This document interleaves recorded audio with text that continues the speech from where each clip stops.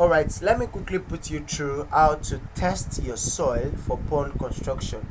The first thing is you have to take the sample of the soil and wet it well with water. So when you take the sample of the soil and you wet it well with water, the second thing you need to do is knead it with your hands until it becomes a stiff plastic mass. You have to knead it with your hand very well until it becomes a stiff plastic mass.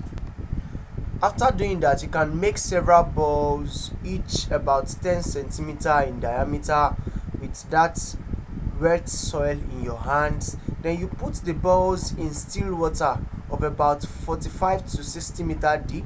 You can use a house ruler to measure your water depth. So you can use a hole dug in the ground and lined with a plastic sheet or a large container such as 200 liter metal drum. Then you look at the balls of the soil every few hours at first, and later several times in a day. If the balls do not fall apart but remain intact for at least 24 hours, the soil is good for embankment construction. So this is just a simple way to test if your soil is good for pond construction. That's a very professional and exact way every aquaculture professional use to test their soil. So the next one is the water supply. Under the ecological factors, the water supply, of course, this is the most limiting factor in site selection for aquaculture projects. And before you can construct your pond, you have to be able to know that, okay, yes, where I'm siting my pond, is there water supply nearby? What kind of source am I going for? Am I going to be digging a borehole? Am I depending on stream or spring water? Into this course, you are going to be seeing the types of ponds and how they are fed. The kind of you're talking about drainable pond, pump fed pond, and so on and so forth.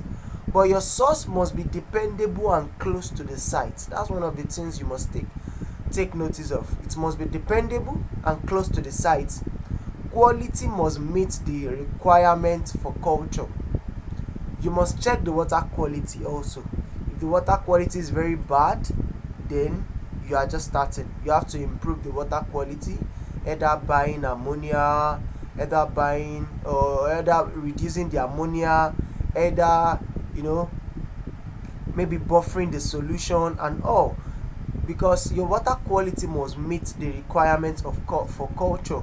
You must not say, okay, because I've seen this is a kind of stream water here, this kind of spring water here, we just go ahead and start using the water. It must meet the requirements for culture and must be available all year round or in accordance with the cycles of culture. Yes, if your water is not readily available, it will be a disaster for you to go into fish farming at all. So don't even try going into it if you know that there's no water availability all year round. Especially those that want to go into archery, you should know that you'll be using more of water a lot. So let's talk about the biological factors. The biological factors are very simple and very understandable. The first one is the choice of fish species you want to get. So you must know the choice of fish species. What is their growth rate? What is their gustatory value? How do they eat? What is their traits? You must know all these things so that you don't buy a kind of tilapia fish now that doesn't have a kind of fast growth rate, and you are there 7 months, you are wondering, this my fish did not grow and all. And you have to check the biological factors. You have to check how can you get fingerling supply of that kind of fish. For instance, maybe you say you want to try new things out here and you want to start rearing pangasius. Ask yourself, how can I get the supply of these fingerlings? If it is catfish, yeah, you are good to go. If it is tilapia, you are good to go. But if you want to rear a kind of fish species that is different from the basic tilapia and catfish, then you must be sure that the fingerling supply is readily available. Then the feed requirement and supply. Hope you know that as your fish grows, they require different feed requirements as they grow. Maybe as they grow, the protein level decreases while the energy carbohydrate level increases. There are some feed requirements level they need for reproduction. There are some that they need for growth. You must know their feed requirements level.